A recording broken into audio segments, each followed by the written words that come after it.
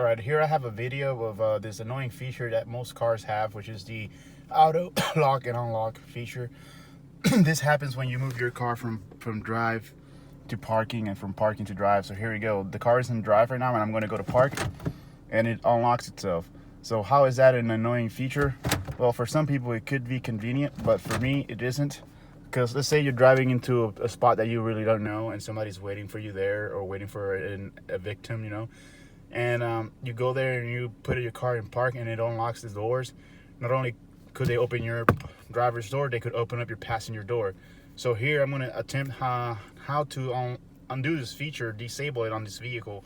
This is a 2006 Toyota Solara, or the Toyota Camry Solara, and this is the SLE trim, the higher trim level.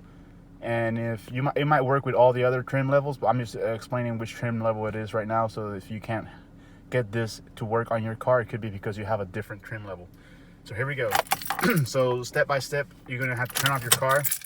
If you have the gray key, which is the valet parking key, I've tried it on this car and it works. So here we go. You put it on the on position. You do not turn your car completely on, you just leave it on the on position. And you're going to hold the unlock button for 5 seconds. And here we go. 1 potato, 2 potatoes, 3 potatoes, 4 potatoes, and 5. If that doesn't work, that means that it's already been disabled. All right. So here we go. Let's try to undo this again. Vehicles in the on. And here we go. Now you do the opposite. You lock it. 1, 2, 3, 4, 5. All right, if this does not work, you might be holding down your parking or your brakes. So let's do it again. This is how I'm saying this could be a hit or miss. All right, here we go. 1, 2, 3, 4, 5. All right, there you go. And you see that one motion that it did? That means that it either was disabled or enabled. All right, so let's turn the car on back there, and let's go to drive and see what happens. All right, it locked, and I'm in park, and it's no longer locked. Back in drive, going to park, nothing.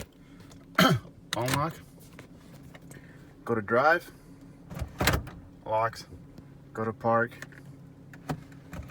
nothing, and it stays locked. So now you have complete control of your locks and unlocks, so that way when you go to a shitty place where you don't want to have your doors unlocked automatically, you won't have that problem. All right, that's it for now. Thanks for watching.